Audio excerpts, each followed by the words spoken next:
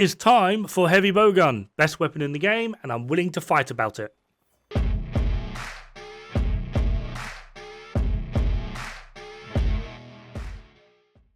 Did I mention I'm a Heavy Bowgun main?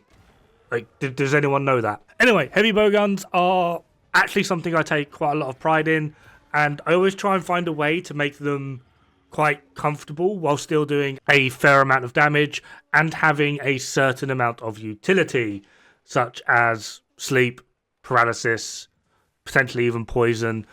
Poison doesn't really seem to get a lot of use in this game, so maybe I need to actually make a poison setup. Anyway, I actually have a collection of builds that I utilize.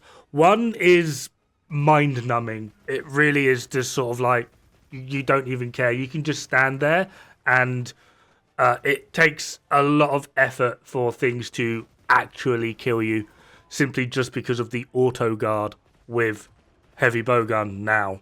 Right, so this is the weird, crazy, comfy Heavy Bowgun build. It doesn't do the most amount of damage, but it will clear basically most things solo, simply just through sheer perseverance. We have Weakness Exploit 5, Agitator 5, Constitution 3, which is kind of a bummer. In order to keep maximum might at the highest uptime with Heavy Bowgun, you really do need Constitution 4, just because of how maximum might is currently working. We do also have Maximum Might 3, Recovery Speed 3, which is pretty impressive, as well as Counter-Strike 2 and Burst 1. Point of note with Counter-Strike, it doesn't activate. Again, I've had so many arguments with this damn skill. If you take chip damage through blocking something, Counter-Strike does not activate. You actively have to get hit, whether that be through the use of a skill or an attack that has the hyper armor, a lot like the Greatsword offset attacks. But if you block something, it won't activate Counter-Strike. Even if that attack was meant to knock you back or send you flying, if you block it and you take chip damage, Counter-Strike doesn't activate. Weird pro tip for Heavy Bowgun mains or people want to try it out: Dash Juice. Make friends with it. One, it just helps with the blocking mechanic of Heavy Bowgun now if you can't consistently get the perfect guards off. Two, it's just generally great for trying to keep up the overall activation and uptime of Maximum Might, which is a huge boon to Heavy Bowgun, since it's just a 30% affinity increase no matter where you hit. Now, what I'm doing now is with that comfy build that I showed. I'm just going to basically just stand here in front of those sheer, and I'm going to speed the footage up in a minute, and I'm just going to take a beating, so hopefully you can see just how much of a beating you actually can take with this build, with the blocking, with 4-piece Numinos healing you, Constitution 3, ideally 4, but and then a Dash Juice. I can just stand here and block for days. Annoyingly, the damage isn't the best, but it's surprisingly not that bad. Ended up having to speed up by like 600%, but this is the current best in slot build for Heavy Bowgun. Realistically, 4-piece Gore Magala, Numinos chest, and this is its EFR, 299.6. This is with a 92% uptime on Frenzy, 80% uptime on things like Maximum Might, Agitator, blah, which seems to be like the competent player's standard. Now, the only real boon that Heavy Bowgun realistically gets with Gore Magala is just the simple fact of you actually get a really high uptime. I think it's like the third highest uptime. I think Light Bowgun gets the highest. I would need to test again. Then Dual Blades, then Heavy Bowgun. And when I say Light Bowgun gets the highest, I mean specifically when utilizing Burst Shot. This is the comfy build, 4-piece Numinos, Guardian, Arkveld gloves with all of the decorations in. And again, this is the EFR, 286.32. Now, this might seem like a pretty big drop in EFR. However, due to the way in which Pierce actively works, the difference in this is literally 0.5. As in, the Gore Magala build will hit 21.5. This build will hit 21. That's the difference. Oh no.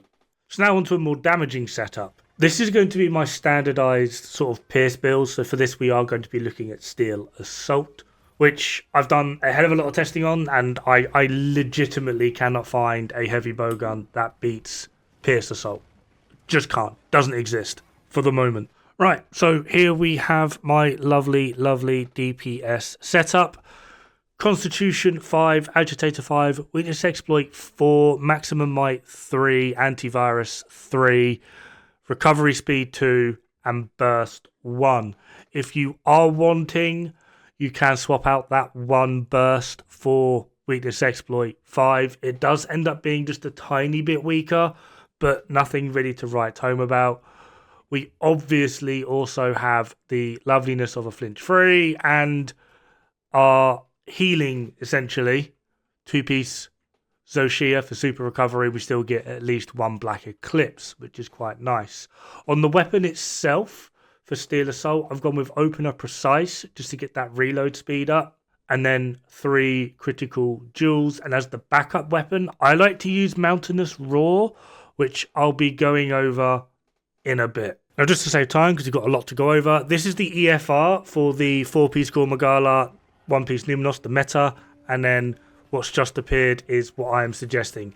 This is the difference in their EFRs, and the difference this makes in overall shot damage is negligible. Like, we're talking 0.1 difference. It's like laughably hilarious. Over like the course of a hunt, the Gore Magala build might do 20 more damage, maybe. And the reason for this is the Gore Magala build, 4-piece Gore Magala, only has enough room to slot in Constitution 3, which, with the way in which Maximum Might works, with Heavy Bowgun, which has like the slowest recovery on Maximum Might, you basically, whenever you get hit, whenever you dodge, whenever you do anything that will consume stamina with Maximum Might, you'll lose it. You can't recover it quick enough, which means for the next like shot or two, you won't have Maximum Might active. So me actually giving it an 80% uptime on the 4-piece Gore Magala build is being hella generous. Hella generous. However, with Maximum Might 4 or 5, like my build does, blocking, you have enough time to actually get back and Maximum Might won't go. Same with dodging. Maximum Might won't always go.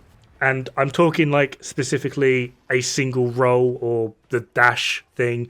If you roll twice, so if you dash and then roll, you'll consume too much stamina and then you'll lose Maximum Might. But if you do it just once or block just once, you'll get your stamina back in time before Maximum Might vanishes. So this build has a much higher uptime of Maximum Might, which basically allows it to, in short, outperform the meta. This is stronger than the meta. Not shot for shot, just in pure uptime. It is stronger. Right, doing this bit in real time just so I'm not talking out my ass. If I hold my keyboard up, press A, you can see there. Like, hopefully you can actually hear me pressing the key and whatnot. So I'm doing this in real time. I have Constitution 5. Get off the silly horse. Okay, we do a few rolls just to show that I've got Maximum Might. Maximum Might has worn off. Wait for Maximum Might to come back. Just going to do one roll. Look at that. Maximum Might didn't disappear.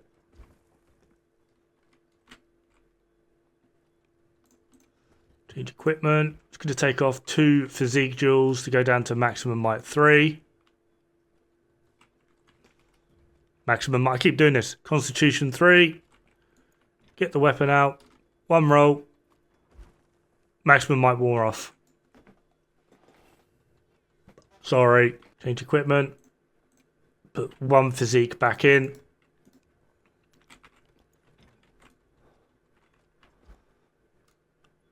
One roll. Maximum Might is still up. So you need Constitution 4 for the uptime of Maximum Might. Right, now for a word about Mountainous Roar. I use Mountainous Roar, the Mitsune heavy bowgun, as a Wyvernheart Pierce 3 heavy bowgun. Specifically in that area, it is directly competitive. And the reason for this is, and I might have to do like a separate video comparing Mountainous Roar to an Archean. The Archean weapon, due to all of the reinforcements and everything else, can do more during Wyvernheart. Does about 500 to 600 more during Wyvernheart, or at least compared to the one that I have, which sounds like a lot.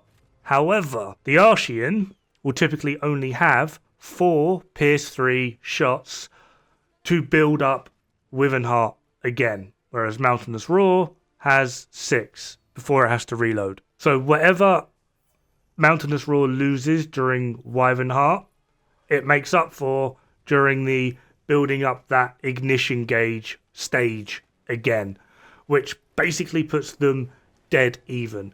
In the long run, Archean does do more, but to get more, we're basically talking you need to craft an Archean heavy bowgun with 3 attack pieces, then get 2 capacity rolls and 3 attack rolls, which is a lot of messing about and being annoying with the Archean weapons that I genuinely just can't be bothered with.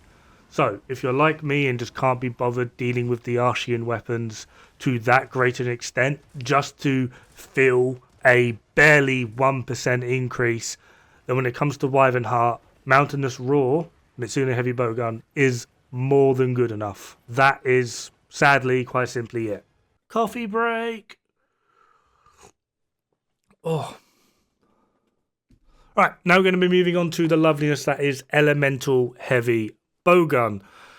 There's actually a few weird and wacky ways you can do this, and shock horror gasp yet again. The standard is 4-piece Gore Magala. However, for more consistent damage, not higher, because there is a fluctuation, what's it called, like dips and troughs, not dips and troughs, I've forgotten what they're called, in the Gore Magala setup, whereas this is basically consistent throughout.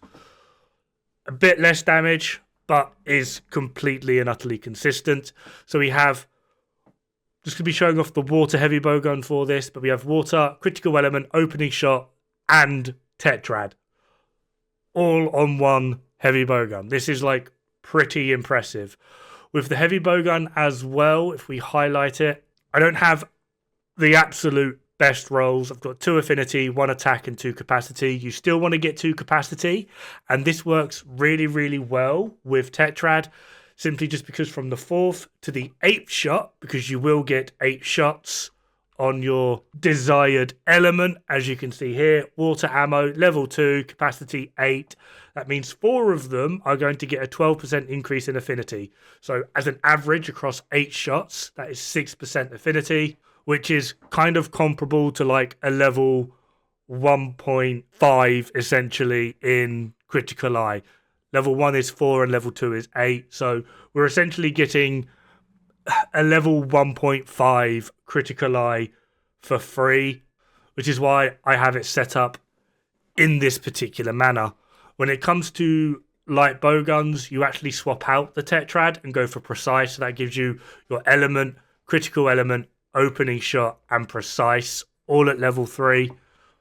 But on top of that, we have agitator level 5, constitution level 4 for the max might. Witness exploit level 3. Agitator and witness exploit are interchangeable depending on how it is you play. For some longer hunts, you might want to swap around to have witness exploit at level 5, but then for things like specifically water heavy bowgun against the Gravios, you're going to have a better performance with agitator at level 5 than witness exploit. Maximum might level 3, coalescence level 3, and antivirus level 3. We have the Gore Magala helm, Numinos chest, Guardian Arcveld van braces, Numinos waist, Gore Magala boots, and we're weirdly running a maximum might charm for this one. I promise we're nearly done. I'm not going to be showing off the EFR for this. I'm just going to be talking about essentially why technically this build is weaker, and annoyingly not, in terms of EFR, it's not by a little bit, but in terms of later on performance, it actually does become quite comparable. In terms of overall attack value, it is weaker. However, we have decidedly a fair chunk more affinity, which works quite well in conjunction with critical element. I don't know if critical element is still bugged or not performing as intended or as expected, but I do notice a difference when I'm using critical element and not using critical element, simply just because on weak point hits against things like a Gravios, I can hit like 79, 83s, 84s. I mean, I'm hitting like 84.6s on weak points, and then on not on weak points, they go to like 67s to 70s. When I remove critical element, My weak point hits go down to like the low 70s, 70, 71, 72, and the non-weak point hits go to like 45 to 50, which is pretty So I do definitely notice a difference, and simply just having a higher up point in my affinity than what the 4-piece Gore Magala does allows critical element to shine just a little bit more, and you can kill Gravios insanely fast. Now, disclaimer, because I'm pretty sure no one's actually spoke about this before. The reason us elemental heavy bowgunners like to show off Gravios with an elemental heavy bowgun is because that is simply the best it can get. Gravios is like ridiculously weak to water, more so weak to water than any other monster is weak to any other element. So it just looks good. That being said, elemental heavy bowgun is the best type of heavy bowgun in the game at the moment. It is far stronger. However, due to the fact that we now have like infinite pierce, infinite normal, infinite spread, those builds are also a lot less build constricting. You basically just build for attack and affinity and away you go. Whereas with things like elemental heavy bowgun, critical element, the actual element itself, then you've got to get affinity, then you've got to get attack, coalescence, etc. There's a lot more to fit into it. Then add in the fact that with elemental heavy bowgun, we're limited in the overall resources that we can take for crafting and making new ammo. Theoretically, this shouldn't be a problem because of where elemental heavy bowgun is just so much stronger. You should be able to kill things well within your allotted ammo and resource allowance. But despite the fact that I have just done it, don't think that just because you've just seen me hit like 80s and 84s on a Gravios with a water heavy bowgun, don't think that you can then take a thunder heavy bowgun and do the similar sort of damage to things like Rathian. Although they are weak to thunder, and that is the element heavy bowgun that you would use against a Rathian, you're not going to hit that much damage because Rathian is not as weak to thunder, that Gravios is as weak to water. I may have just completely butchered my own speech pattern there, so I have no idea if that makes sense. And despite the fact that I have all of my elemental heavy bowguns set up the exact same, minus reinforcements, there'll be like an attack or affinity roll different. All of them have 2 capacity. They at least have 1 attack and 1 affinity, and then the 5th one might be an attack, it might be an affinity. Who knows? But essentially, for best results of elemental heavy bowgun, Gravios is like the top pick. Anyway, that is going to do it for this video. It's been like 18 minutes, and it's not the longest video I've done in a while. So have fun. Good luck. Don't die. It's bad for the health.